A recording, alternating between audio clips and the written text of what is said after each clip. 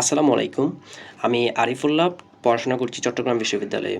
এটি আমার YouTube channel. আমি এখানে চেষ্টা করব চট্টগ্রাম বিশ্ববিদ্যালয়ের ভর্তি পরীক্ষা সংক্রান্ত বিভিন্ন বিষয়গুলো নিয়ে কিছু ভিডিও তৈরি করতে, যেগুলোর মাধ্যমে আপনারা চট্টগ্রাম বিশ্ববিদ্যালয়ের প্রশ্ন পদ্ধতি বা কী ধরনের প্রশ্ন হতে পারে, কিভাবে প্রিপারেশন নিলে চট্টগ্রাম বিশ্ববিদ্যালয়ে সহজে চান্স পাওয়া যাবে, সেই বিষয়গুলো নিয়ে আপনারা জানতে পারবেন। সো আজকে আমরা একটি চট্টগ্রাম বিশ্ববিদ্যালয়ে এসেছিল এরকম একটি প্রশ্ন নিয়ে আলোচনা করব এবং সেটি সমাধান করার মাধ্যমে সেই প্রশ্নটি আসলে ইংরেজি গ্রামারের কোন রুলস থেকে এসেছে সেটি আমরা শেখার চেষ্টা করব। তো চলুন শুরু করা যাক।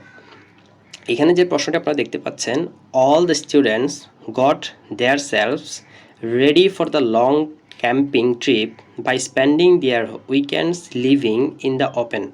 তার মানে এই প্রশ্নটিতে আপনারা দেখতে পাচ্ছেন চারটি শব্দের নিচে দাগ দেওয়া আছে।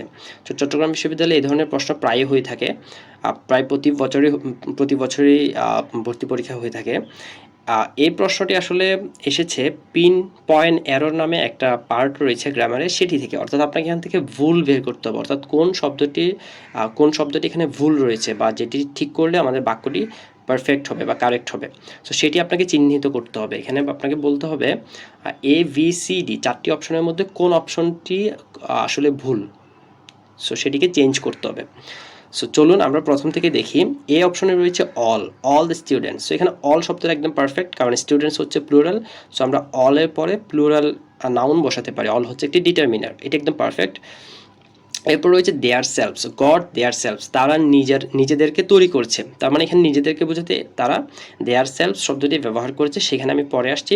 Ready for the long camping, কেমন ক্যাম্পিং? Long camping. ক্যাম্পিং শব্দটা একটা জেরান্ট, এটা ঠিক আছে, একদম perfect. Camping trip by spending their weekends living in the open. এখানে লিভিং শব্দটাও কিন্তু ঠিক আছে, কারণ এটি একটি পার্টিসিপাল, প্রেজেন্ট পার্টিসিপাল। তার মানে এখানে বি নাম্বার অপশনে খেয়াল করুন, তারা নিজেদেরকে তৈরি করে, এই বিষয়টা বোঝাতে এখানে দেয়ার সেলভস ব্যবহার করা হয়েছে। কিন্তু ইংরেজি ল্যাঙ্গুয়েজে দেয়ার সেলভস নামে কোনো শব্দ নাই। তারা নিজেদেরকে বা তারা এই নিজেরা কিছু করে এই ধরনের বোঝাতে আমরা দ্যাম সেলভস ব্যবহার করে থাকি। তার মানে এখানে বি নাম্বার অপশনটিতে ভুল রয়েছে। এইখানটাতে আমাদেরকে দ্যাম সেলভস বসাতে হবে, তখনই এই সেন্টেন্সটি কারেক্ট হবে। তার মানে আমার অ্যান্সার হবে বি। সো আমি যদি একটু বলি যে এই প্রশ্নটি আসলে ইংরেজি গ্রামারের কোন রুলস থেকে এসেছে, আপনারা ইতিমধ্যে বুঝে গিয়েছেন যে এটি আসলে এসেছে প্রোনাউন থেকে। আরও স্পেসিফিকলি বললে রেফ্লেক্সিভ প্রোনাউন নামে যেই প্রোনাউনের টাইপসটা রয়েছে সেখান থেকে। অর্থাৎ কোনো কিছুকে জোর দিয়ে বলতে, আমি নিজে, মাই সেলফ, সে নিজে, হিমসেলফ, বা মেয়েদের ক্ষেত্রে বা জেন্ডার যদি ফিমেল হয় তখন আমরা বলি হারসেলফ, সরি। সো এখানে একটা বিষয় মনে রাখতে হবে যে সিঙ্গুলার হলে সেলফ এবং প্লুরাল হলে সেলফস। অর্থাৎ আমরা বলবো হিমসেলফস, আবার যদি অনেকেই হয় তখন আমরা বলবো দ্যাম সেলফস। তার মানে দেয়ার সেলফস নামে কোনো শব্দ বা কোনো রেফ্লেক্সিভ প্রোনাউন ইংরেজি গ্রামারে নেই। সো এই রুলসটি এসেছে রেফ্লেক্সিভ প্রোনাউন থেকে, এবং এটির কারেক্ট অ্যান্সার হবে অপশন বি। মানে এই বি অপশনটিতে ভুল রয়েছে, এটিকে কারেক্ট করলে পুরো বাক্যটি শুদ্ধ হয়ে যাবে।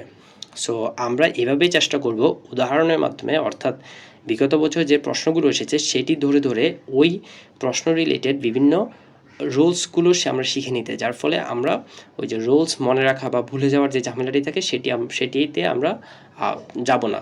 আমরা সহজেই আমাদের উদাহরণ ধরে ধরে বা প্রিভিয়াস ইয়ারের যে প্রশ্নগুলো এসেছে সেটি ধরে ধরে আমরা আমাদের প্রস্তুতি সম্পন্ন করতে পারবো। সেই ধরনের ভিডিও যদি আপনারা আরও চান, এ ধরনের ছোট বিভিন্ন টপিক নিয়ে ভিডিও যদি চান, তাহলে আপনারা কমেন্ট বক্সে জানাবেন। এবং আপনারা যদি প্রোনাউন নিয়ে কোনো ক্লাস চান তখন কিন্তু আপনি আমার এই কমেন্ট বক্সে জানাতে পারেন। আমি চেষ্টা করব প্রোনাউনের ওভারঅল সব কিছু নিয়ে একটি ক্লাস নিতে।